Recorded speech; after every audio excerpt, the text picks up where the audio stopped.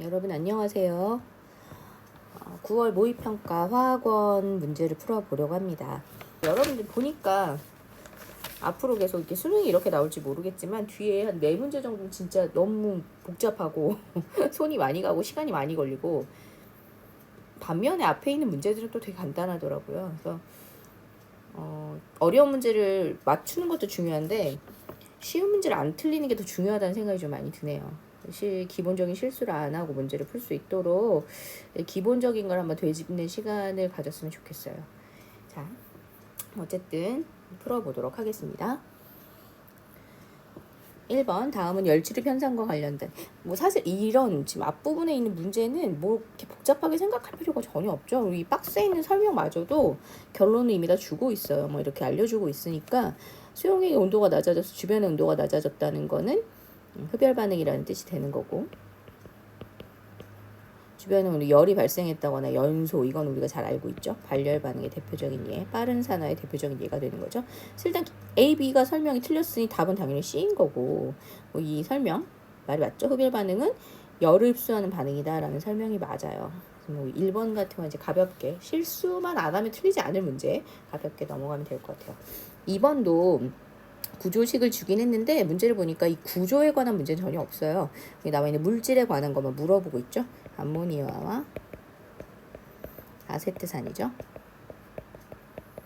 그래서 암모니아 질소비료의 원료로 사용된다는 거 잘 알고 있을 거고, 여러분들 화학원 앞부분에서 배웠지만 하버의 그 방법, 하버가 암모니아를 좀 저렴하게 경제적으로 만들 수 있는 온도, 압력, 그런 조건들 이런 걸 찾아내서 가격이 좀 싸게 암모니아를 만들 수 있게 되고, 그걸 통해서 질소비료를 더 또 저렴하게 만들면서 많이 사용하게 돼서 농업혁명이라고 하죠.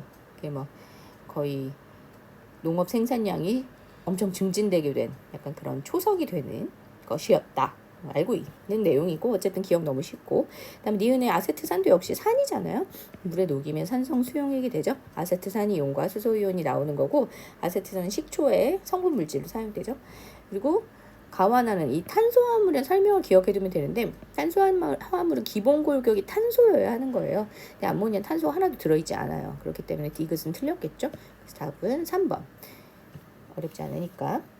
자, 3번 문제도 구조식 이용해서 그냥 구조만 보면 되는데, 화학원 하면서 다 배웠겠지만 전자쌍 반발 원리, 전자쌍 반발 이론, 요거 기본으로 생각하면 되는 거고, 요거 할 때 중심 찾아내면 되겠죠. 가 같은 경우에는 이제 대표적인 가장 기본 형태 정사면체 구조를 가지고 있는 메테인인데, 중심 탄소를 기준으로 전자쌍이 4쌍이 퍼져 있어요. 이 4개가 입체적인 공간에서 가장 멀리, 서로가 서로를 전자끼리 반발할 테니까 멀리 떨어지게 하는 모양이 정사면체고, 정사면체가 되려면 사이각이 109.5도 정도다. 그림으로는 사각형처럼 보이지만 실제로 정사면체형이다. 요거 기억해두면 되겠죠. 나도 물이잖아요. 물인 거 우리가 다 알고 있어서 구분형 다 알고 있지만, 기본적인 걸 하나 생각해 보면 중심에 있는 산소 주변에 결국 전자쌍은 4개의 방향으로 펼쳐져 있어서 사실 이것도 정사면체 형태로 시작은 해요. 그러나 그 중에 두 부분이 비공유 전자쌍으로 이루어져 있죠. 비공유 전자쌍. 실제로 수소랑 2개만 결합했기 때문에 우리 눈에는 전자만 있으면 우리 눈에 안 보여요. 전자는 너무 작기 때문에. 원자가 결합되어 있어야 보이기 때문에 이 부분이 보이는 거예요. 그래서 구분형의 형태를 띠게 되는 거고, 정사면체처럼 출발하니까 사실 109.5도인데 비공유 전자쌍은 남하고 공유하지 않는 전자쌍이다 보니 자기네들 간의 반발력이 엄청 커요. 자기네들이 많이 밀어내는데 공유 전자쌍 간의 반발력보다 훨씬 크기 때문에 이쪽을 막 밀겠죠.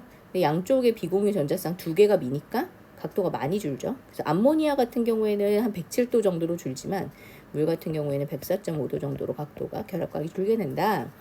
다 같은 경우에는 생김새 보니까 중심은 탄소인데 이 탄소 주변에 전자쌍은 4쌍이 있긴 있어요. 그런데 방향이 2군데로 되어 있죠. 이쪽에 3쌍, 이쪽에 1쌍. 방향이 2군데면 어쨌든 그 2군데로 펼쳐지기만 하면 돼요. 그 2군데로 가장 멀리 펼쳐지는 건 180도로 펴지는 선형, 직선형, 성형 구조가 되겠죠. 그러니까 180도다. 그래서 결합각은 나하고 다가 같을 수가 없고, 자, 극성 분자 물어봤는데 정사면체 구조는 여기 모두 다 수소로 결합되어 있으니까 매우 대칭적 구조죠.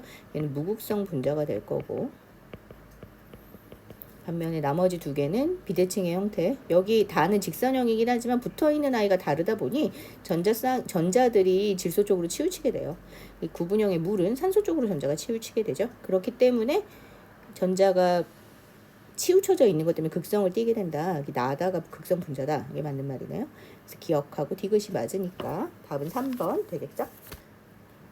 자, 4번. 다음은 학생 A가 가설. 자, 가설을 세웠는데 이 학생이 세운 가설은 수소 원자의 오비탈 에너지 준위가 기역이 커질수록 높아지는데 이 가설이 옳다고 했어요. 자, 뭐가 커질수록 높아지는 거죠? 옳은 가설이니까 주양자수겠죠. 그렇고 알겠지만 방위 또는 부양자수는 오비탈의 종류를 결정하죠. 그 다음에 수소 원자에서 주양자수가 1에서 3의 오비탈의 종류를 이렇게 조사했는데 이 수소잖아요. 전자가 하나밖에 없기 때문에 오비탈의 종류가 다르지만 주양자수가 같으면 에너지 준위가 똑같다. 이거 기억날 거예요. 그렇게 돼서 뭐 결정하면 되고, 주양자수가 2인 경우에 부양자수가 0하고 1이 있는데 부양자수가 0이면 S 오비탈이 존재하죠. 그래서 니은은 S. 그래서 답은 1번이다. 어렵지 않으니까. 자, 5번 문제는 동적 평형이란 말이 나와 있어요. 상태 변화의 가역 반응을 설명하고 있는 건데, 물을 넣고 지금 시간이 지나면 물이 결국 수증기로 바뀌는데 이게 동적 평형 상태, 가역 반응으로 진행이 돼요. 일단 얘를 먼저 넣고 시작을 했죠. 그럼 시간이 지나면 물은 점점 줄어들고 수증기가 점점 많아져서 어느 순간이 되면 두 개가 더 이상 양이 변하지 않는 평형의 상황에 도달하게 될 것이다. 그래서 시간을 지금 T1, T2, T3 세 번 측정을 했더니 T2하고 T3는 요 값이 똑같아. 이 값이 변함이 없다는 것은 동적 평형 상태에 도달했다라는 뜻이 되겠죠. T1은 반응이 아직 진행되고 있는 상황이에요. 그래서 지금 T1은 정반응 속도가 좀 더 빠른 상황이 될 거예요. 그러다 보니 물의 상변화는 가역 반응이, 동적 평형 이 말 나오는 것 자체부터가 가역 반응인 거고, 그리고 아까 말했지만 T1은 아직 동적 평형 상태가 안 되기 때문에 증발 요렇게 가는 속도랑 응축 거꾸로 가는 속도가 같을 수가 없어요. 이게 같아지는 게 동적 평형 상태니까 T2나 T3는 니은의 설명이 맞다고 볼 수 있겠죠.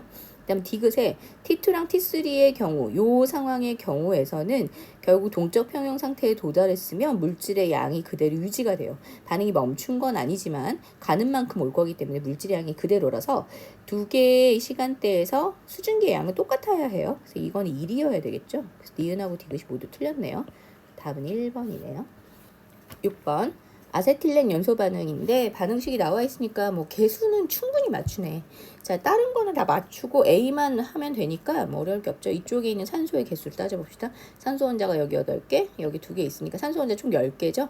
여기서 산소 원자 10개를 해결하려면 A는 5여야 되겠죠.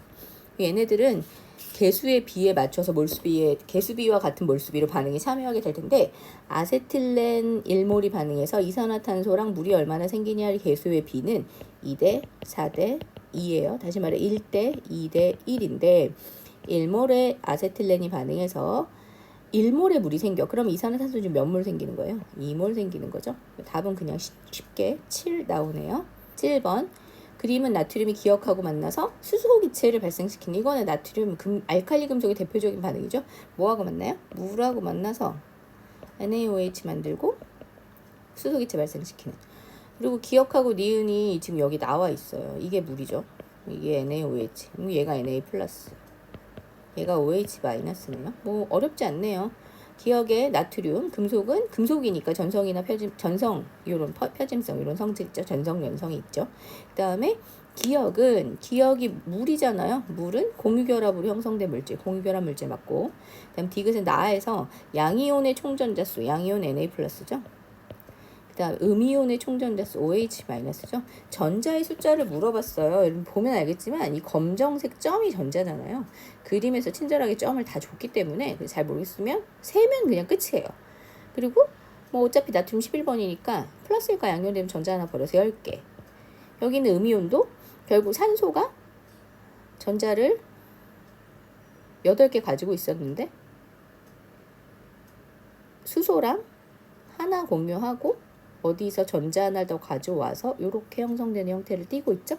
그래서 전자 개수를 다 세보면 어찌 됐던 간에 음이온의 총 전자수가 결국은 여기도 10개 같다. 맞는 말이네요. 7번의 답은 5번이죠. 아세트산 25ml에 물을 넣어서 100m 수용액을 만든 다음에 수용액 이 가를 40ml 넣고 요 40ml의 페놀프탈렌 넣고 그 다음에 NaOH, 요런 NaOH 수용액하고 지금 중화 반응 시켰죠. 중화 반응을 시켜서 NaOH 수용액의 부피가 40 됐을 때 이렇게 측정을 하고 그 다음에 0.2 몰롱도 NaOH 대신에 요런 애를 사용해서 또 한번 측정해 보자 라고 됐어요. 자, 생각해 봅시다. 중화 적정에서 사용하기도 하고 뭐 이러는데 어쨌든 일단 요 부분 요 라의 적정에서 사용된 요 부피를 이용해서 요 위쪽에 있는 용액의 농도를 한번 생각해 보면 돼요. 여러분들 알겠지만 NMV는 N-M-V-인데 얘는 당량 1짜리니까 MV는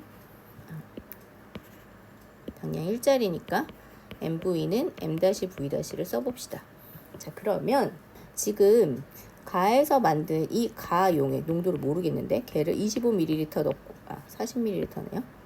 가를 40ml 넣고 반응을 시켰는데 0.2 몰롱도짜리 NaOH 40ml랑 완전히 중화됐어요. 그렇죠? 그래서 여기에서 가에서 만든 수용액의 농도는 결국 얼마예요? 0.2 몰롱도인데 이 0.2 몰롱도짜리를 어떻게 만들었냐 하면 X 몰롱도짜리 25ml를 넣어서 전체가 100ml를 내가 만든 거예요. 그러면 이렇게 되는 거죠. 결국 이걸 전체 100으로 만든 이 용액의 농도는 0.2 몰롱도인데 그 몰롱도짜리 100짜리 여기에 들어가 있는 아세트산은 여기서 다 나온 거예요. X 몰롱도짜리 25ml 안에서 다 나온 거죠. 그리고 0.2 곱하기 100은 20이죠. 그래서 결국 처음에 있는 X는 25분의 20 몇 몰롱도에 5분의 4 몰롱도다 이렇게 볼 수 있어요. 이렇게 되는 거죠.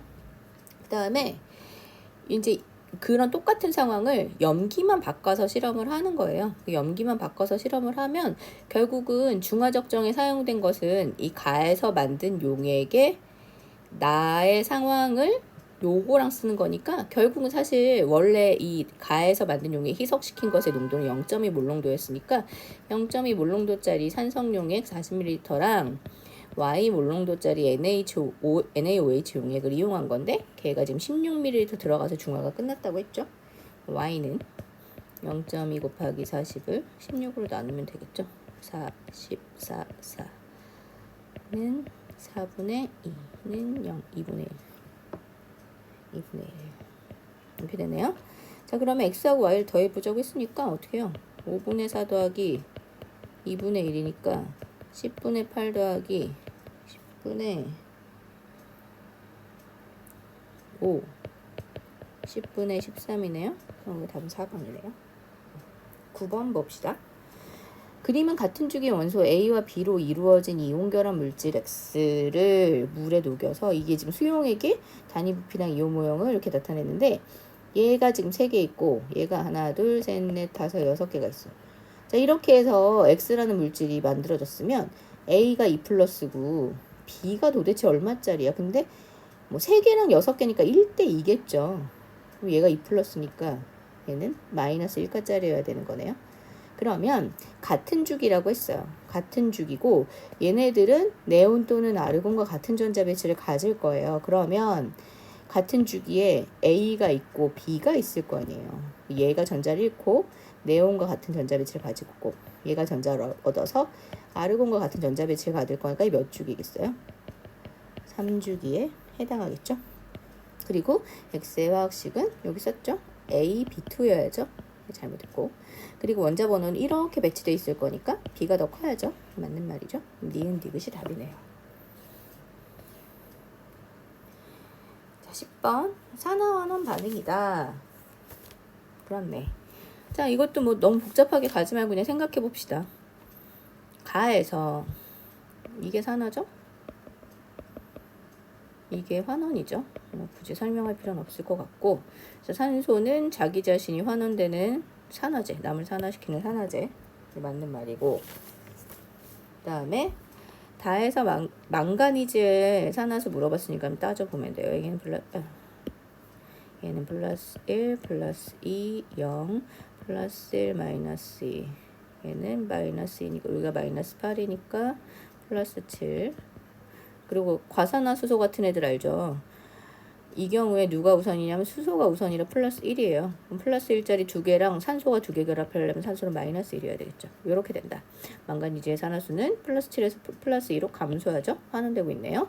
자, 그 다음에 기억에서 리을 중에 산화수 값이 가장 큰 거 물어봤는데 여기 있는 산소는 마이너스 2고 너무 쉽고, 얘는 0이고 얘는 아까 마이너스 1이라고 했고, 얘는 또 좀 이상해.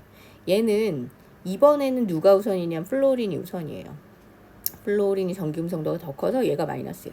그러면 O2F2에서 플로린은 마이너스 1이니까 마이너스 1짜리 두 개 마이너스 2랑 붙어서 얘가 0이 되기 위해서는 여기가 플러스 2일 수밖에 없죠. 여기 있는 산소는 플러스 1짜리일 수밖에 없어요. 산화수 되게 독특하게 가지고 있죠.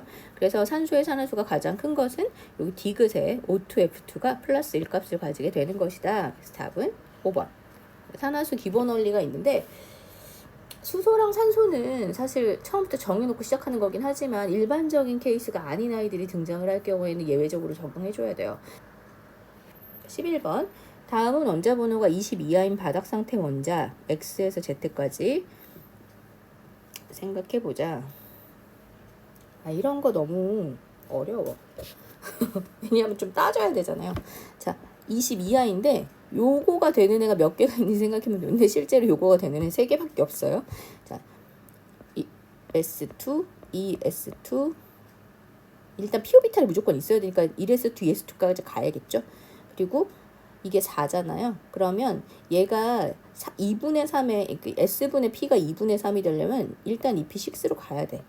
그렇게 되면 얘가 2분의 3이 나오죠. 그쵸? 그 다음에 1S2, ES2, EP6 갖고 3S2 일단 가야 되겠죠. 그러면 이제 S의 6개니까 그 S의 6개인 걸로 어떻게 해결을 해봅시다. 그럼 3P에 몇 개?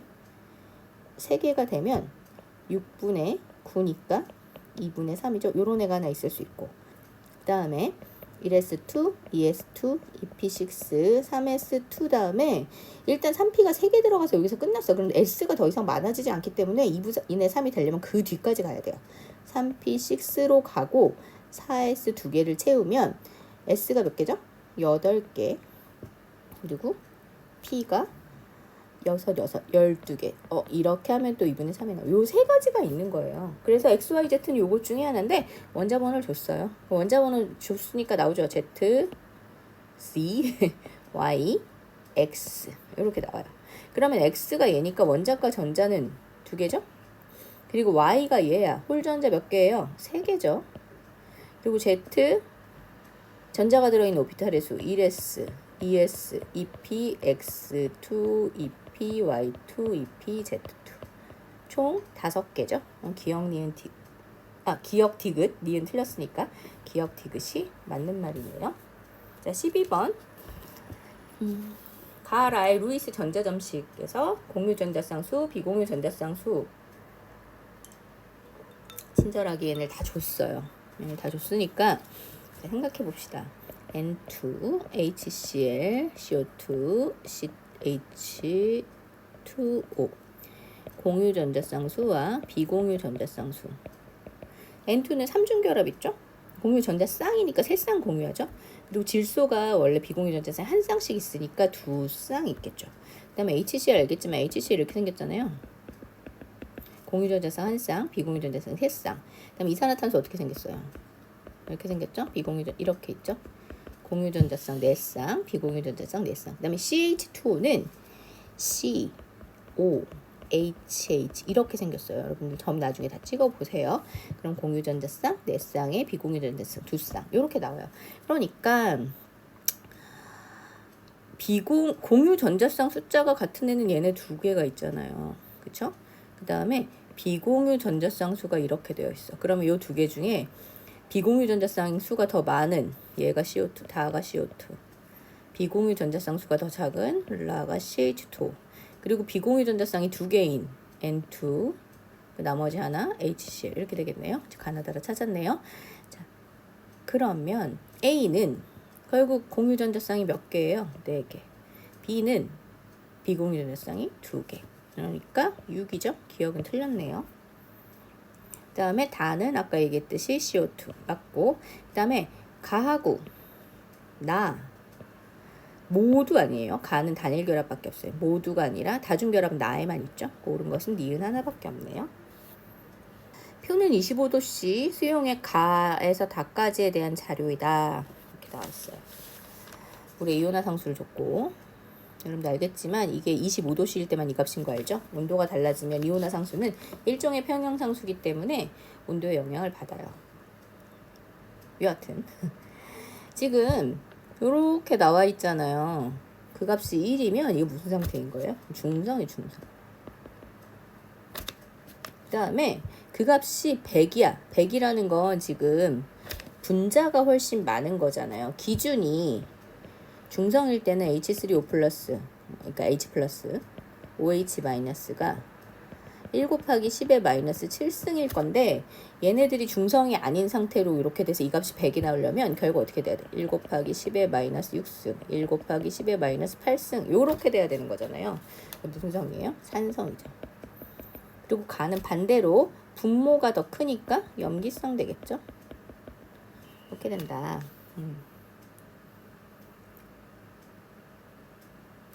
그냥 뭐 이 지수에 좀 약해서 굳이 이런 식으로 생각하면 얘는 이렇게 돼야 되나? 10의 마이너스 7.5 6.5 6.5 1 곱하기 10의 마이너스, 여하튼 뭐 대략 뭐 이렇게 생각해 볼 수 있겠죠. 자, 여하튼 간에 그래서 기억니은 디귿을 보면 나 아까 무슨 성이었어요? 나는 산성이죠. 산성이면 얘가 더 많은 거잖아요. 얘가 더 작아요. 기준이 이거니까 OH-가 1 곱하기 10의 마이너스 7승보다 작아지겠죠. 그리고 나는 가나에서 선생님이 그냥 이제 대충 이렇게 잡아가지고 썼는데 H3O+의 비율 물어봤으니까 가는 1 곱하기 10의 마이너스 7.5, 이 맞는지 모르겠는데 나는 1 곱하기 10의 마이너스 6승이죠. 1000분의 1 아니에요. 자, 디귿에서 위에서는 몰농도를 물어봤는데 밑에서는 몰수를 물어봤어요. 몰농도랑 몰수 뭐 어떻게 되는 거예요? 일단 다의 H3O+의 몰농도는 1 곱하기 10의 마이너스 7승 몰농도예요. 몰퍼리터. 나에서는 1 곱하기 10의 마이너스 6승 몰농도 몰퍼리터예요. 그런데 그 몰수를 물어봤다는 건 부피로 나눠야 되는 거잖아요. 뭐 실제로 이 부피가 얼마인지 단위가 리터인지 밀리리터인지 알 수 없지만 동일한 단위의 부피로 그냥 리터라고 치고 그냥 그 부피를 곱하면 몰수만 남는다 이렇게 볼 수 있어요. 그렇기 때문에 나는 부피가 V죠. 그리고 다는 부피가 100V죠. 요거 곱해주면 돼요. 이렇게. 사실 여기에서 계산은 임의의 값들을 쓰기 때문에 뭐 리터를 쓰냐 안 쓰냐는 크게 중요하지 않아요. 몰퍼리터 써주냐 안 써주냐 중요하지 않지만 문제를 풀 때 이게 뭔지를 정확히 알아야 우리가 좀 이제 쉽게 얘기할 수 있으니까 넣어준 것 뿐이고, V는 어쨌든 지워지게 되고, 그렇게 되면 결과적으로 어떻게 되죠? 얘는 1 곱하기 10의 마이너스 5승이 되는 거고 얘는 1 곱하기 10의 마이너스 6승이 되는 거니까, 그렇죠? 10분의 1 나오네요. 맞는 말이네요. 그러면 기억 디귿만 맞으니까 답은 4번이겠죠? 그 다음에 전기음성도. 쌤이 몇 년 전에 가르쳤던 애 중에 전기음성도를 막 한 거의 막 20몇 번까지 외우고 되게 많이 외웠던 애가 있었는데 선생님도 못 외워가지고 플로우린 4라는 거 정도밖에 모르는데 뭐 외우면 좋고 능력이 되면 외워줘요. 제 기준이고, 여러분들 알겠지만 전기음성도 플로우린이 제일 커요. 그래서 큰 것이 오른쪽에 있다고 치면 플로우린은 이제 이 라인에서 여기쯤인 거죠.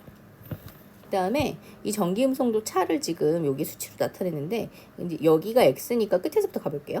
CL하고 F는 1, 여기가 염소가 있으면 여기가 1 차이라고 보고, 그 다음에 P랑은 1.9니까 여기가 한 0.9 차이겠네요. 여기가 P. 산소랑은 0.5 차이니까 여기가 산소, 여기 0.5 이렇게 되겠죠? 그 다음에 탄소. 여러분도 알겠지만 14족, 15족, 14, 15, 16, 17족이잖아요. 위치의 차이, 몇 죽이냐의 영향 때문에 사실 염소랑 산소랑 좀 애매하긴 한데, 그래도 같은 주기에 있을 때는 플루오린에 가까이 가면 갈수록 전김성도가 커지겠죠. 그리고 14족인 탄소는 상대적으로 전김성도가 작아요. 근데 정확하게 이 라인에서 어딘지 모르겠지만 누구보다 작은 건 알 수 있어요. 산소보다 작은 건 확실히 알 수 있어. 그렇기 때문에 X는 0.5보다는 더 큰 수치가 될 수밖에 없어요. 이거는 뭐 상식적으로 화학을 공부한 사람으로서 이해할 수 있고, 그 다음에 PF3 알겠지만 15족이니까 비공유 전자쌍을 하나 가지고 있죠. 삼각뿔 형태의 모양을 가지고 있는, 그리고 어쨌든 다른 아이가 결합하고 있으면 일단 결합 자체는 무조건 극성 공유 결합이죠. 이 분자가 극성 분자이냐의 여부와 상관없이 다른 종류의 아이들의 결합은 무조건 극성 공유 결합이에요. 그리고 Cl2오면 이 두 개가 결합하는 거잖아요. 그럼 산소가 더 전기음성도가 크니까 산소가 부분적인 음전화, 염소가 부분적인 양전화를 띌 수밖에 없겠죠. 그래서 4번이 답이죠. 15번 A 수용액을 만드는 실험인데 화학 식량 줬어요. Xg을 물에다 다 녹였고 전체를 500ml로 만들었고, 그래서 그 500ml 중에 100ml를 따로 빼서 거기에다 A를 또 녹이고, 그래서 또 500을 만들고, 거기에 그거를 50을 빼내서 문제를 이렇게 만들었네요. 그래서 A 200ml를 나에서 만든 거 200하고 혼합하고 물을 넣었더니 0.2 몰롱도짜리가 됐어. 이게 어쩌자는 거야. 자, 생각해 봅시다. 일단 Xg을 녹여서 500ml짜리 만들었는데 거기에 그 용액의 100ml를 일단 빼냈어. 그러면 요 100ml 용액 안에 A는 처음 들어가 있었던 것의 5분의 1만큼 들어있겠죠. 그쵸? 그리고 거기다 추가로 얘를 더 녹였어, 이만큼. 그럼 추가로 더 녹였기 때문에 결국은 나 용액 안에는 A가 얼마 들어있냐면 5분의 X에다가 2분의 X를 추가로 녹였죠? 그러면 10분의 2X에다가 10분의 5X니까 10분의 7X만큼이 일단 들어가서 또 어쨌든 500ml 용액이 되었어. 자, 그리고 다는 가에서 만든 용액을 50ml만큼, 가에서 만든 용액 아까 있었잖아요.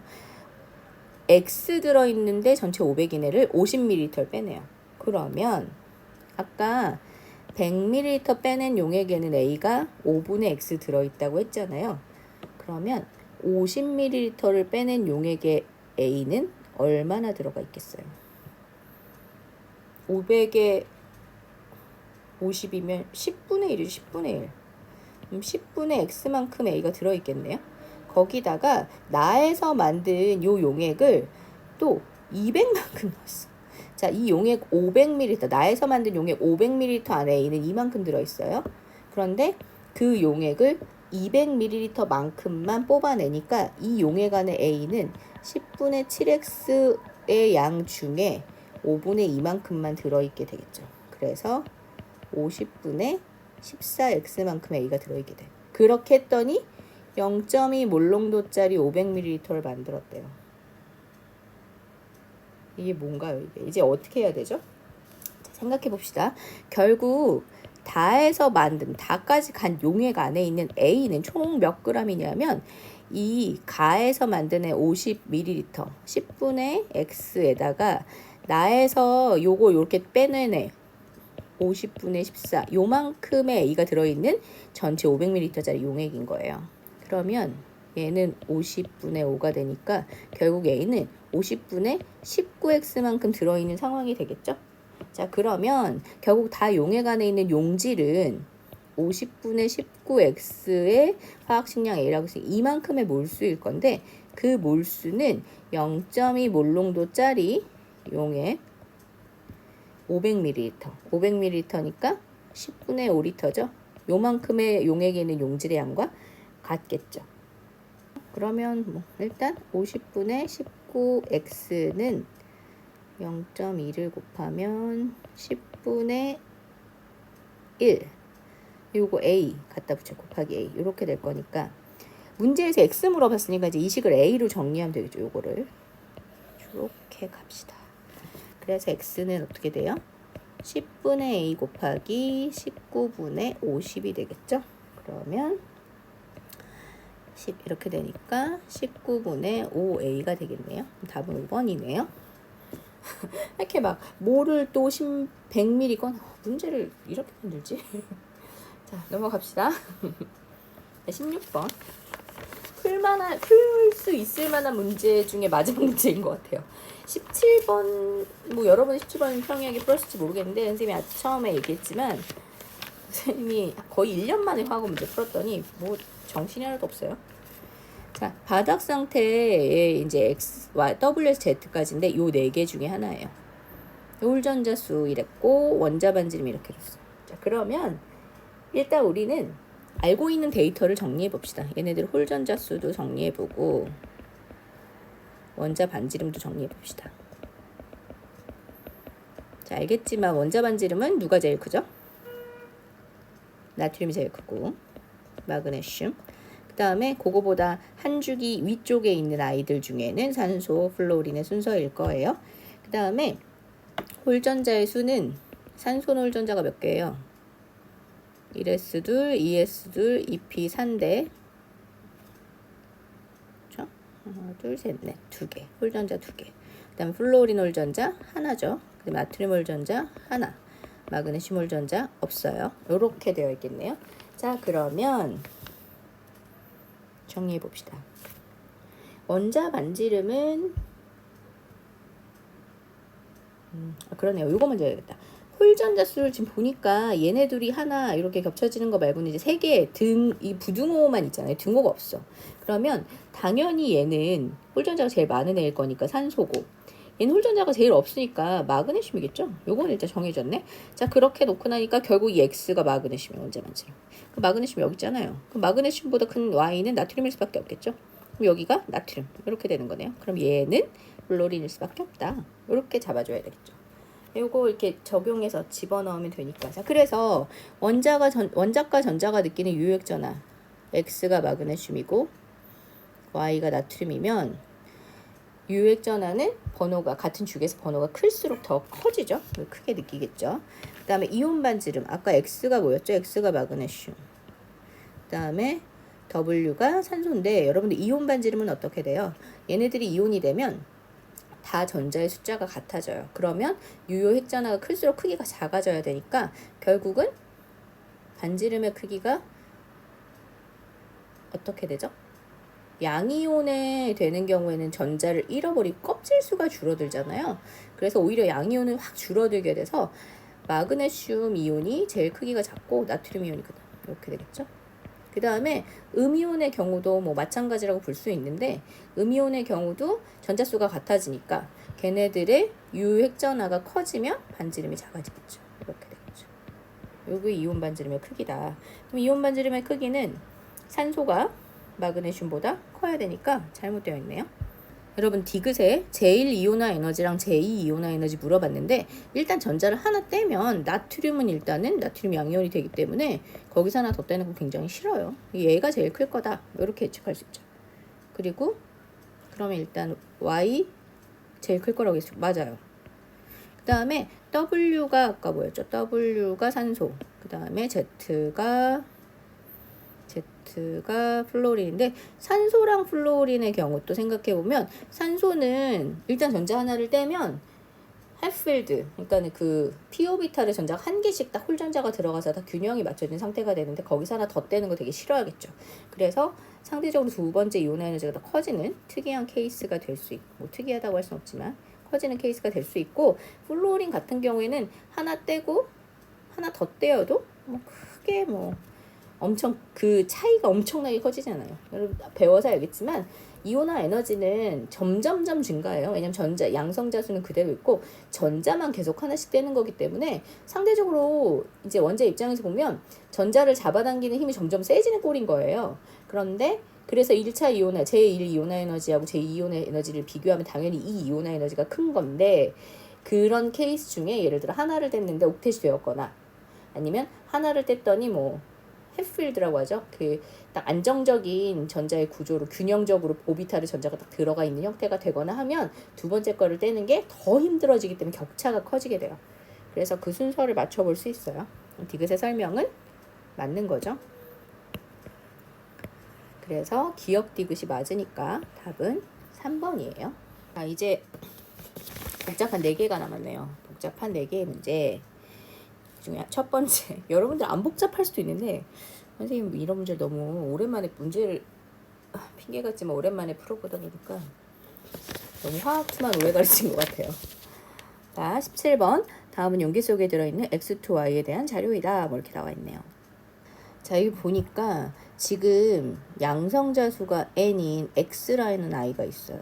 그러면 걔랑 동위원소인 얘도 양성자 수 n이겠죠.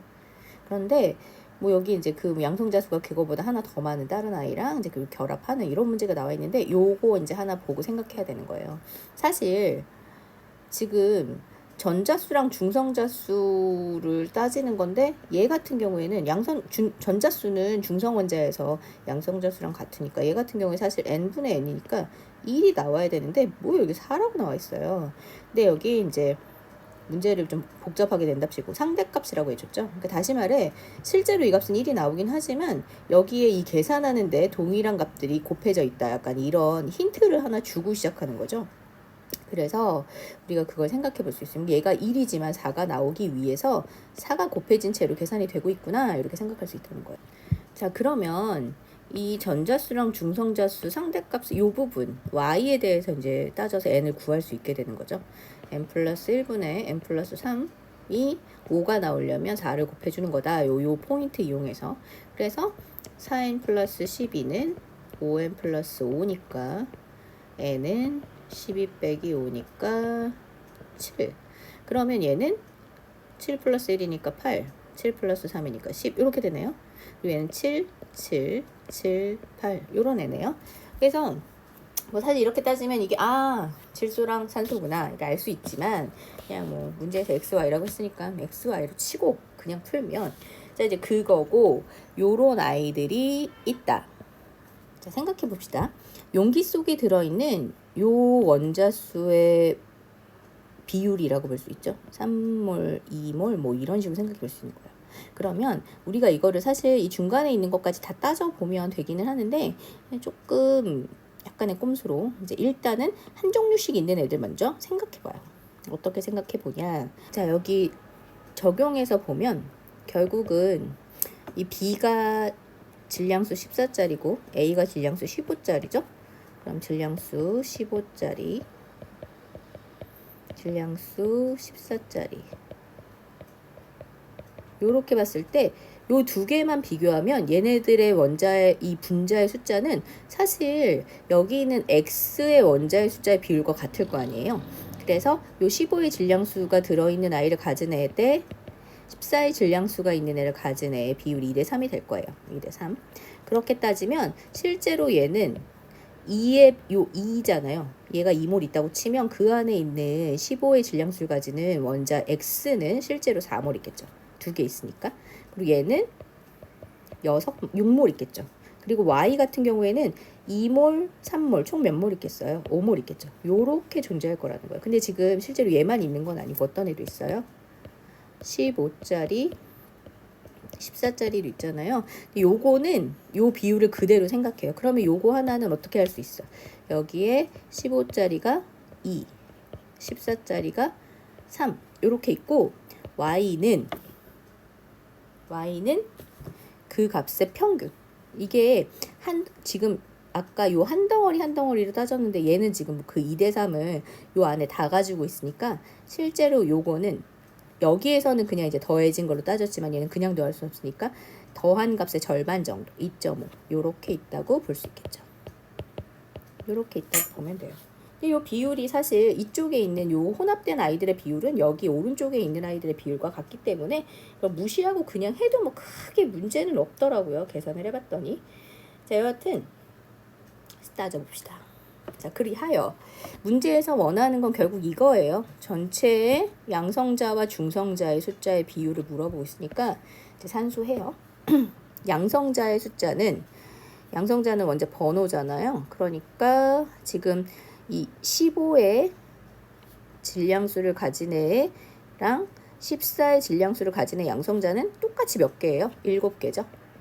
그런 애가 몇 개 있어? 5, 10, 15. 그리고 y는 지금 양성자가 8개잖아요. 8개 양성자를 가지는 y가 7.5 이렇게 있겠죠. 그리고 중성자의 숫자는 이제 밑에 있는 숫자니까 이 15의 질량수를 가진 애 중성자는 8인데 그 8짜리 얘는 몇 개냐면 6개. 그 다음에 7 중성자를 가지고 있는 애는 9개. 그 다음에 이제 y 같은 경우에는 중성자가 10이죠. 10을 가진 애는 7.5. 이렇게 해서 이제 계산해 주면 되겠죠.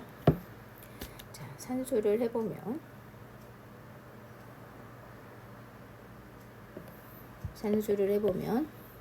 15 곱하기 7은 105. 8 곱하기 7.5는 60.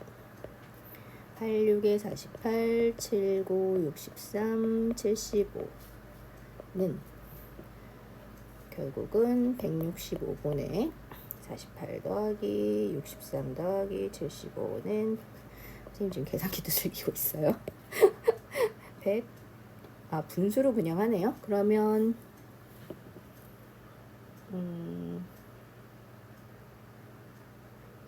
몇 추로 약분해야 되나? 3으로 하면 될까요? 3으로 하면 3, 5, 15, 3, 5, 15. 3으로 하면 3, 6, 18, 62. 이렇게 되겠네요. 55분의 62. 답은 3번. 이렇게 나오죠. 솔직히 말하면 엄청 이거 버벅거렸어요. 선생님 이런 문제를 되게 오랜만에 봐가지고. 근데 이게 약간 이제 어렵게 내는 문제들을 꼬면서 계속 이런 식으로 만드는 것 같아요. 미지의 어떤 값들을 이용해서 하나씩 풀어나가야 되는 형태를 자꾸 변형시키는 것 같아서 이제 포인트들을 잘 잡으면 되고, 이렇게 생각하면 돼. 이 원자의 숫자의 비율은 결국은 몰수의 비와 같다. 요거 기억해두고, 얘네들은 이제 동위원소 들어있는데 이 합쳐져 있는 여러 가지가 섞여 있는 애를 제일 나중에 생각하고, 한 가지들만 있는 요런 아이들에 들어있는 원자의 숫자의 비율도 결국 요거에 맞춰서 간다. 그리고 얘는 그 비율에 맞춰서 한 개씩 요렇게 들어있다. 요것만 이제 생각할 수 있으면 사실 푸는 거 자체는 또 해볼 만한데 그게 만만치 않아서 여하튼 그렇습니다. 답은 3번입니다. 자, 이제 마지막 페이지 18번입니다. 막 약간 남은 문제들이 if 형태를 풀어야 돼서 조금 그렇더라고요. 자, 어쨌든 나와 있는 이제 자료 가지고서 이제 생각해 보면 이 x, y로 이루어진 분자, 근데 이제 가나다 세 가지가 나와 있고 원자량은 y가 x보다 크다고 했고 요거 줬어요. 기체 1몰에 1g에 해당하는 부피비를 줬는데 여러분 알겠지만 이걸 뒤집어서 생각하면 1g에 해당하는 부피, 같은 질량에 대한 부피비의 역수는 걔네들의 같은 부피에 대한 질량 비와 같겠죠. 그래서 걔네들의 분자량 비율을 요거의 역수로 생각할 수 있어요.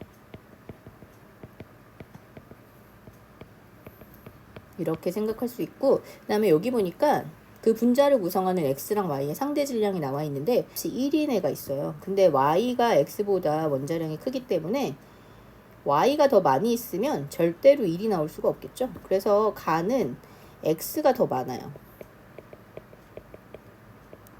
그래서 나머지 것들을 생각해 보는데 찍어보는 거예요. 왜냐하면 구성 원자의 숫자가 5 이하인 애들이 너무 종류가 많아. 너무 종류가 많으니까 이렇지 않을까 한번 찍어보고, 그 다음에 if 이렇게 해서 아니면 말고 뭐 약간 이런 식으로, 그러면 문제를 푸는데 시간이 너무 오래 걸리지만 그래도 그렇게 해서 빨리 이제 안 되는 거 빨리 찾아내는 게 나니까 일단 얘는 1이라는 애가 되면 x가 더 많을 수밖에 없다. 그러면 여기에 분명히 x, y가 하나 존재는 할 것 같으니까 만약에 여기 니은에 나와 있는 것처럼 나가 x, y라고 치면 이게 말이 되나 안 되나 한번 생각해 보자 이거예요.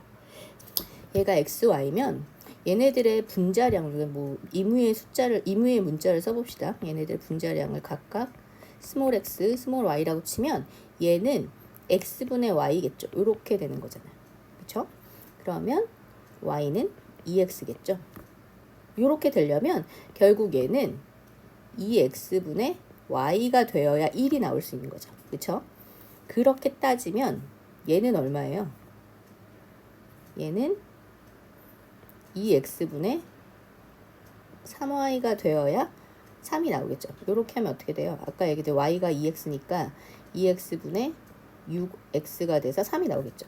이렇게 되는 거예요. 그러면 지금 나가 xy라고 치면 얘는 가는 x 두 개의 y 하나인 애가 되는 거고 다는 x 두 개의 y 세 개인 애가 되는 거죠. 이렇게 되면 다 5 이하의 원자의 숫자를 가지는 구성 원자 수가 5 이하가 되는 걸로 다 해결이 됐어요. 이렇게 if 하나 만들어서 만약에 이게 안 맞으면 요거로 했는데 만약에 가를 찾을 수가 없다. 약간 이렇게 되면 이제 그 다음 변수들로 가는 건데 감이 좀 맞는 경우들이 많으니까 이렇게 해서 얘네들을 일단 찾아냈어요. 그렇게 되면 이제 금방 찾을 수 있겠죠. 자, 그러면 어떻게 돼요? 우리는 가하고 나의 분자량의 비율을 알잖아요. 그러니까 가는 x 더하기 y가 15인 거고 나는 2x 더하기 y가 22죠. 그러면 x는 얼마예요? 22에서 15 빼는 거니까 얼마지? 7인가? 그렇게 되죠? 그리고 y는 8이죠. 그거 됐네. 그러면 x의 원자량 7분의 y의 원자량 8이니까 3분의 4는 아니네요. 그리고 아까 if로 하나 이렇게 가정한 내용이 맞네요. 그리고 가해 분자량은 요렇게. 그렇지, 다의 분자량 계산하면 되니까 x2y니까 2x 더하기 3y인데 x가 7이니까 14 더하기 y가 8이니까 24. 그러면 38이네요. 그러니까 가의 분자량분의 다의 분자량은 11분의 38이 아니라 22분의 38이니까 이것도 틀렸네요. 니은 하나만 맞는 말이네요. 자, 이렇게 풀면 되는군요. 자, 그러면 포인트를 잡는 요령이 좀 필요한데 또 유형을 많이 봐야지 쉽게 눈에 들어오더라고요. 이런 유형을 많이 안 보면 또 쉽게 눈에 잘 안 들어와요. 자, 지금 보니까 수용액 AB는 이런 물질들 중에 하나, 뭔지는 모르겠어요. 그 다음에 염기성 물질로, 수용액 염기성 물질로 요런 애를 쓰고 있어요. 그러니까 지금 보니까 H 플러스나 OH 마이너스 말고 존재하는 이온은 X2 플러스 Y 마이너스, Z2 마이너스 이렇게 세 종류예요. 그런데 지금 가해서 뭐 혼합용액 1을 만들고 2를 만들고 3을 만들고 막 나와 있는데 이 혼합용액 2에 존재하는 모든 이온의 몰비가 3대 4대 모든이 포인트네요. 모든. 이거 말고 사실은 산이니까 H 플러스도 있고 염기니까 OH 마이너스도 있어야 되는데 모든 이온의 몰비라고 했는데 이온이 3개밖에 없어. 그 말은 여기서 뭔가 없어질 만한 아이들이 없어져 있는 상태다. 중화가 완전히 중화된 상태다. 그래서 이 2라는 용액은 중성이다. 걔가 중성이라면 결국 이 3대 4대 5는 X2 플러스 Y 마이너스 Z2 마이너스 이겠죠. 그리고 여러분들 알겠지만 결국 H 플러스나 OH 마이너스가 없이 이 세 개의 이온이 들어있는 용액이라면 얘네들의 전하량의 균형이 딱 맞아야 돼요. 그러면 마이너스 이온이 두 종류가 있고 플러스 이온이 한 종류밖에 없어요. 그러니까 당연히 얘가 5여야 되겠죠. 그럼 얘가 플러스 10이죠. 그러면 3, 4로 여기서 맞춰주려면 어떻게 해야 돼요? 얘가 3, 얘가 4면 여기가 마이너스 6, 여기가 마이너스 4에서 플러스 10, 마이너스 10 딱 맞네요. 자, 이렇게 되어 있다라는 걸 찾아볼 수 있어요. 이렇게 될 수 있게 이 용액, 혼합용액 2를 맞춰주면 우리가 원하는 것들을 또 좀 찾아볼 수 있게 되는 거죠. 결국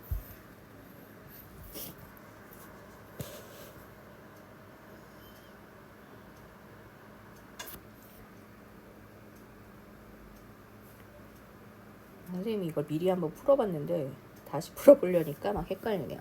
자, 혼합용액 2 생각해 봅시다. 혼합용액 2는 지금 혼합용액 1에다가 얘를 첨가하면 혼합용액 1은 뭐예요? A 몰롱도 XOH2 10ml. 그 다음에 요 둘 중에 하나인데 뭔지는 잘 모르겠지만 AVml, 그 다음에 B4Vml 이렇게 넣어서 혼합용액을 만들었다. 이렇게 되어 있어요.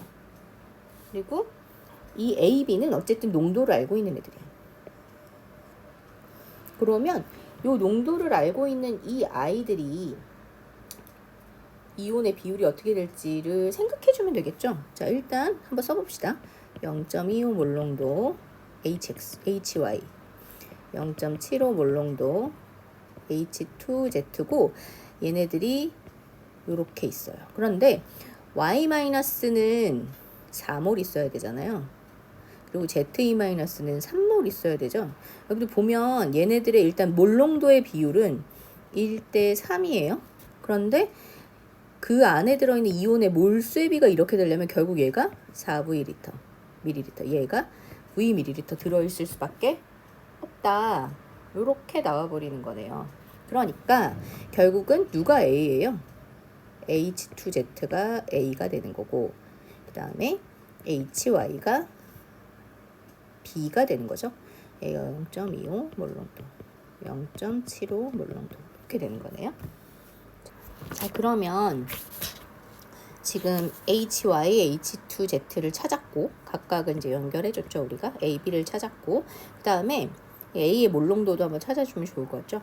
자, 그런데 이 수용액이 아까 뭐라고 했어요? 중성 상태라고 했잖아요. 그러니까 여기 H2Z랑 HY에 있는 수소이온의 양이랑 몰수랑 요 첫 번째 XOH2 용액 안에 있는 OH- 이온의 몰수가 같아져야 되는 거겠죠. 지금 약간 애매하지만 한번 구해봅시다. 분수를 계산하기 싫으니까 뭐 이걸 소수로 계산하기 싫어서 분수로 이 농도는 4분의 1 몰농도고 이 농도는 4분의 3 몰농도죠. 자, 그러면 이 용액 안에 있는 수소이온의 몰수는 이제 계산할 수 있죠. 4분의 3 몰농도짜리는 당량이 2니까 4분의 6V. 그 다음에 4분의 1 몰농도짜리 당량 1인데 4V만큼 있으니까 4V. 그래서 H 플러스 이온은 4분의 10V만큼 있는 거예요. 자, 생각해 봅시다. 일단 수소이온의 숫자, 몰수라고 하기에 좀 애매한 계산이지만 어쨌든 약간 이런 식으로 나왔어요. 그런데 여러분들 위에 여기 따졌던 거 기억나죠? 얘네들의 우리가 이거를 그냥 이온의 개수 막 이렇게 따져가지고 여기 농도랑 막 해서 비율을 맞춰서 찾았잖아요. 4, 3 이렇게 찾아가지고 얘를 연결시켰는데 결국 그게 이거랑 연결돼야 되는 거겠죠. 그래서 X2 플러스가 결국 얘네들이 4, 3이고 얘네가 5 요런 비율로 따져주게 되기 때문에 요걸로 찾았기 때문에 결국은 이 X2 플러스가 5개 뭐 5개라고 하면 좀 웃기지만 OH-는 그것의 2배 그래서 10개 요렇게 존재하는 10개라고 하면 그렇고 뭐 부피가 10 뭐 이런 식이라고 생각하면 되겠어요. 약간 이런 10몰? 뭐 몰수를 명확하게 말하긴 그런데 약간 10몰 정도의 느낌으로 그런 몰수의 비다. 그래서 OH-가 4분의 10V는 10 요런 식의 계산이 성립하겠죠. 그래서 V는 4가 되는 거예요. 여기에 나와 있는 이 V가 4ml라고 하기에 조금 애매하지만 일단 4 정도라고 생각해 주면 되겠죠. 그래서 4ml로 따져도 될 것 같아요. 4ml로 따지면 얘는 4ml, 얘는 16ml 이렇게 생각해 볼 수 있고 자, 그렇게 되면 얘가 4가 되니까 실제로 이게 얼마예요? 10이 되는 거잖아요. 10. 여기 V에 4를 집어넣으면 10은 여기에 10ml 10 곱하기 얘 당량이 2예요. 2 곱하기 A 이렇게 되겠죠. 그래서 결국 A는 얼마가 나와요? 2분의 1 몰농도가 나오겠죠. 이런 식으로 계산하면 되겠죠. 조금 애매하지만 우리가 여기서 이제 이렇게 부피 따져서 얘네들 개수에서 몰수인 양 계산해 주긴 했지만 결국 이 10은 결국 여기랑 연결되는 거예요.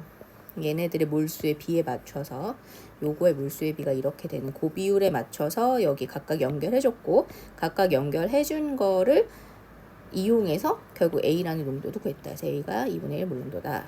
이렇게 하나 놓고 자, 문제에서 V 구하라고 했는데 V가 지금 계산했더니 얼마 나왔어요? 4 나왔죠? 그러면 이거 더하기네.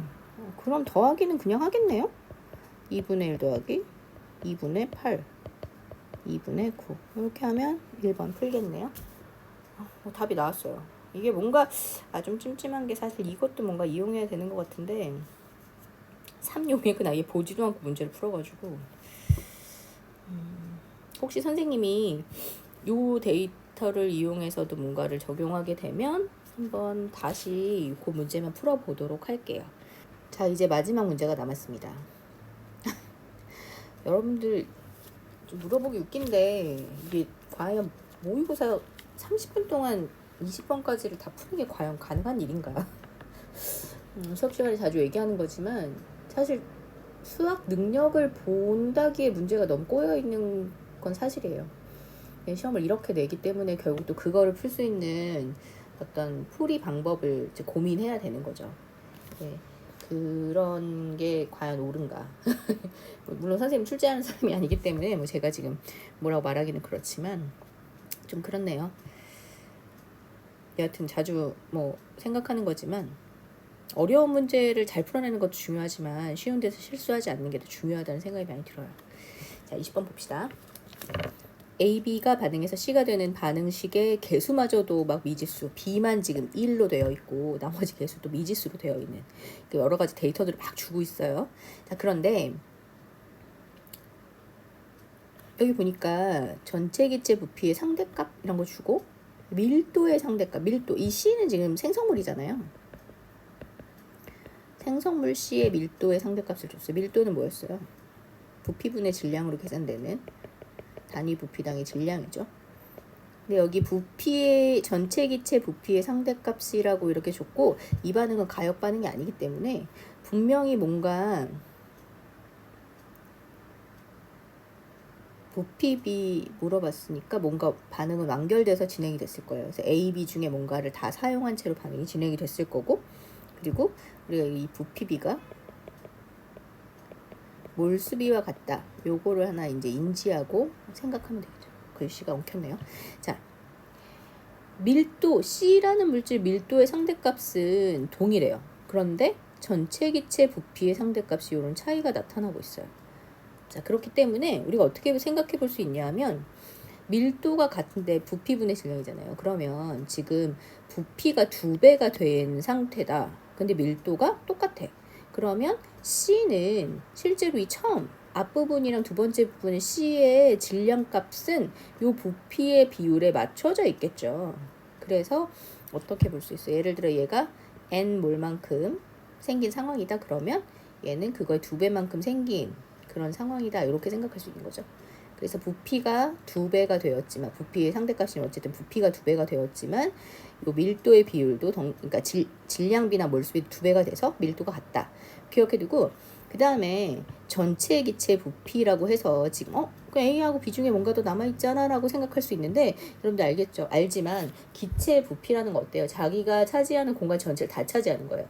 그래서 기체가 다 C만 있는 게 아니라 다른 기체 A나 B 중에 뭐가 있다 하더라도 결국 우리가 C의 밀도를 계산할 때는 전체 부피로 그냥 넣어주면 돼요. 그래서 이 2배라는 게 그런 의미를 지니는 거죠. 그래서 요거를 기억해 두면 된다.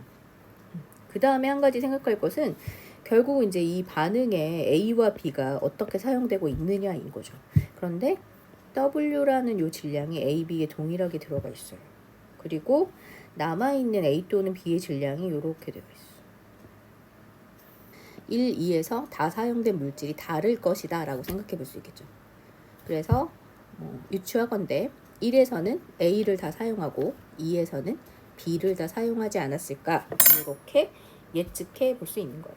자, 그러면 요거를 조금 이제 반응식을 써서 한번 생각을 해보면 실험을 3번 진행하잖아요. 실험을 3번 진행하니까 첫 번째 실험에서 A가 B랑 만나서 C가 되는데 1번 실험 먼저 순서대로 봐봅시다. 첫 번째 실험에서 A가 1g 들어갔고 B가 Wg 들어갔어요. 그렇게 반응을 시켰더니 지금 첫 번째 실험에서 A를 다 썼을 거라고 예측하는 거잖아요.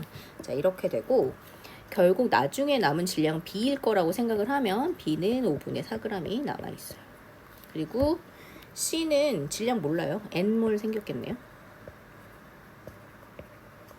이렇게 되었다. 이렇게 생각해 볼 수 있겠죠. 그 다음에 2번 실험에서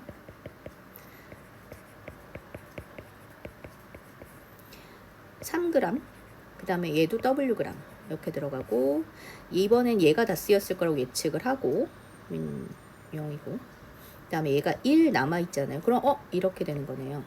그쵸? 그러면 얘가 2n 몰만큼 생겼어요. 이렇게. 자, 그러면 지금 A가 2 반응하면 B가 W 반응했으니까 A가 1 반응했을 때 B는 2분의 W만큼 반응했겠죠. 이렇게 됐겠죠. 그래서 결국 요 5분의 4g이 2분의 1 W가 되는 거죠. 그럼 W는 얼마냐? 5분의 8g이 되겠네요. 결국은 반응에 참여한 애는 A 1g에다가 B가 2분의 W니까 5분의 4g 이렇게 돼서 반응에 참여한 총질량 5분의 9g이죠. 그러면 요 N몰에 해당하는 C가 5분의 9g이라고 볼 수 있겠죠. 그렇죠? 그리고 이 2N몰은 5분의 18g 뭐 이렇게 볼 수 있겠죠. 자, 이렇게 따져서 이 반응에 A하고 B하고 C가 반응할 때 질량비를 생각해 볼 수 있어요. 질량비는 1대 2분의 W면 5분의 4 대 5분의 9 이렇게 되겠네요. 자, 그러면 세 번째 실험에서 4, 그 다음에 W가 5분의 8이니까 5분의 8 더하기 5분의 10, 5분의 18 예, 이렇게 반응을 하면 얘 같은 경우에는 4가 다 쓰이겠네요. 그 다음에 5분의 16이 쓰이겠죠. 이거 이렇게 하고 그 다음에 5분의 49, 36 이렇게 되겠네요. 그리고 다 쓰이고 5분의 2 남고 얘는 5분의 36 생기고 이렇게 되겠네요. 자, 뭔가 이제 정리가 되고 있는데 X도 구해야 되고 막 C도 개수도 구해야 되고 막 하니까 이제 다시 한번 생각을 해보면 일단 X 먼저 구하죠. 지금 보니까 우리가 여기를 17 요 상황들에 대해서 N몰, 2N몰 이렇게 따졌잖아요. 그럼 X가 몇 N몰인지를 일단 생각하면 X를 구할 수가 있어요. 근데 보니까 첫 번째 실험을 보니까 5분의 9g을 N몰이라고 잡았잖아요. 그러면 5분의 36g은 도대체 몇 몰로 잡아야 하는가? Y라고 합시다. 그러면 Y는 5분의 36n 곱하기 9분의 5 이렇게 되겠죠. 이렇게 4n이네요. 그렇죠? 그럼 여기가 4n이네. 그러면 이걸 이용해서 x를 구할 수 있어. 어떻게? 왜냐면 n몰만큼이었다고 했을 때 6분의 n의 밀도를 우리가 17이라고 놨잖아요. 그러니까 17분의 4n의 몰수를 x라고 넣을 수 있는 거죠. x는 4n몰이니까 이렇게. 그러면 결국 x는 내양의 곱 17 곱하기 17분의 4n 외양의 곱해서 뒤집어서 넘길 거니까 n분의 6 되겠죠. n 지워지고 17 지워지니까 6, 4, 24 이렇게 나오네요. 그럼 x는 24네요. x 나왔어. x 구했고 자, 이제 다른 부분을 또 해결해야 되죠. 우리 개수도 구해야 돼요. 그렇죠? 분자량도 구해야 돼요. 그런데 이거를 생각해 보면 결과적으로 사실 이 부피의 상대값 이런 것들을 응용할 수밖에 없어요. 첫 번째 실험에서 이 실험 1에서 남아있는 아이들의 몰수의 총합이 결국 전체 부피의 그 상대값의 비율에 맞겠죠. 그래서 그걸 이용해 봅시다. 그럼 일단 첫 번째 실험은 지금 B는 분자량 모르잖아요. 이게 분자량을 대문자 B라고 놓죠. 자, 그러면 이렇게 볼 수 있겠죠. 지금 5분의 4g인데 그 분자량으로 나눠요. 산소가 싫으니까 분자량으로 나누지 말고 분자량의 역수를 B라고 하죠. 왜냐면 번분수 계속 쓰기 귀찮으니까 분자량의 역수, 분자량분의 2를 그냥 B라고 놓고 나중에 이 값을 구한 다음에 역수 취하면 되니까 이렇게 하죠. 이렇게 하면 이제 몰수가 나오겠죠. 그리고 여기 기억나겠지만 C는 처음에 N몰이라고 가정하고 시작했죠. 그렇게 했을 때 그 몰수의 B는 걔네들의 기체 부피의 상대값하고 비율이 같아질 거예요. 이렇게만 넣으면 식이 성립이 안 돼요. 그럼 이 나머지 것들 중에 뭔가를 처치를 해야 되는데 1, 2를 비교하면 하나는 A가 남고 하나는 B가 남으니까 곤란하죠. 그래서 1, 3을 비교하는 거예요. 그럼 3은 5분의 2g의 B가 남았는데 우리가 분자량의 역수를 B라고 놓는다면 이렇게. 그 다음에 이게 지금 5분의 9g을 N이라고 했잖아요. 그러면 5분의 36g은 몇 N이에요? 4N이죠, 4N. 그 비율이 17이 되는 거죠. 요렇게 되는 거예요. 그러면 이거 이제 계산해야 되니까 여기 조금 지울게요.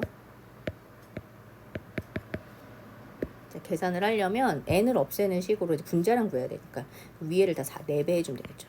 4배 4 여기 4 이렇게 하고 이제 빼주면 되겠죠. 자, 그럼 5분의 16에서 5분의 2를 뺐으니까 5분의 14 B 산수가 제대로 되는 건가? 4n 지워지고 그 다음에 6, 4, 24죠. 24에서 17을 빼면 얼마죠? 7 이렇게 되죠. 그러므로 뭐야 이거야. 아까 B가 분자량 분의 1이라고 했죠. 결국 이게 5분의 2g의 몰수가 되는 거잖아요. 이게 1몰이네요. 그렇죠?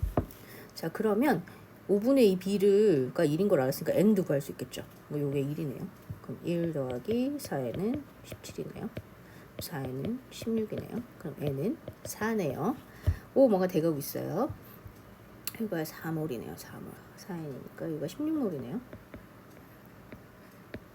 자, 여기 남은 게 1몰. 사용된 건 몇 몰이에요? 5분의 2가 1몰이면 얘는 몇 몰이지? 얘는 4몰이죠. 그리고 아까 이게 몇 몰이에요? 16몰. 아니네요. 8몰이네요. 5분의 산수가 안 돼요. 5분의 16이 8몰이니까 자, 5분의 16이 8몰, 5분의 36이 16몰이니까 얘네들은 1대 2로 반응하는 거죠. C2예요. 드디어 나왔어. 자, 그 다음에 이제 C의 분자량 구합니다. 되겠어. 어떻게 해요? 뭐 5분의 36이 16몰 이용하면 되겠죠. 그러면 이렇게 얘도 그냥 귀찮으니까 분자량의 역수를 대문자 C라고 놓는다면 5분의 36C가 16이 돼야 되는 거죠. 4, 4, 16, 4, 9, 36. C는 9분의 20인가? 이렇게 되나요? 이렇게 되나요? 얘는 아까 B는 2분의 5죠. 이렇게 되나요? 자, 해봅시다. 그러면 이 산수가 나오는지 너무 복잡해서 여러분들 선생님이 이렇게 해놓은 거 다 알아볼 수 있을지 모르겠어요. 태블릿 화면 전체를 보지 않으면 휴대폰으로는 힘들 텐데. 자, C가 어쨌든 이 소문자 C 개수가 2, X가 아까 24 곱하기 지금 선생님이 이것들이 분자량의 역수잖아요. 그러면 C의 분자량 분의 B의 분자량이니까 실제로 값은 거꾸로 넣어야 되겠죠. 그래서 B의 분자량 자리에 C의 분자량 역수 9분의 20 C의 분자량 자리에 B의 분자량 역수 2분의 5 이렇게 들어가야 되겠죠. 그러면 이렇게 4 그 다음에 4 6 24 3 번분수를 계산하면 밑에 여기 2 남아있죠. 그 다음에 아까 이거 5는 지웠고 9랑 여기 3이 있죠. 27 2분의 27 나왔어요. 한 문제 푸는 이렇게 오래 걸려서 이거 어디 시험 시간에 할 수 있나. 선생님이 좀 약간 횡설수설해서 그런 것도 좀 있긴 한데 포인트를 잘 잡아서 문제를 풀어야 돼. 아마 시험지에 그래서 밑에 여백 공간 이렇게 많이 놔둔 이유도 뭐 이걸 풀어봐라 뭐 이런 것 같은데 여러분이 기억해야 하는 것들은 일단은 이런 부피비가 몰수비다 뭐 이런 거 밀도가 이거다 이런 기본적인 거랑 그 다음에 여기에 값들이 같은데 부피가 다른 것을 이용하고 그 다음에 이제 질량인데 원래 몰수비로 따져야 되긴 하지만 질량으로도 일단 해서 질량비 이용하여서 모르는 질량들 찾아내고 그 다음에 그거를 몰수로 전환하는 과정을 거친다. 뭐 이런 것들 좀 생각해야 될 것 같아요. 고생하셨어요. 아마 사실 더 설명을 깔끔하고 잘 해주신 선생님들의 영상들이 여기저기 많을 테니까 그걸 보고 한번 풀어봐도 좋고 잘 모르겠으면 다시 선생님한테 들고 와도 좋아요. 직접 보고 설명을 해주면 좀 덜 횡설수설할 수도 있으니까 비슷한 유형의 문제들을 많이 풀어보지 않으면 해결하기 어려운 유형이네요. 아마 또 이런 화학원 문제풀이 영상을 언제 올리게 될지 모르겠지만 수고하셨습니다.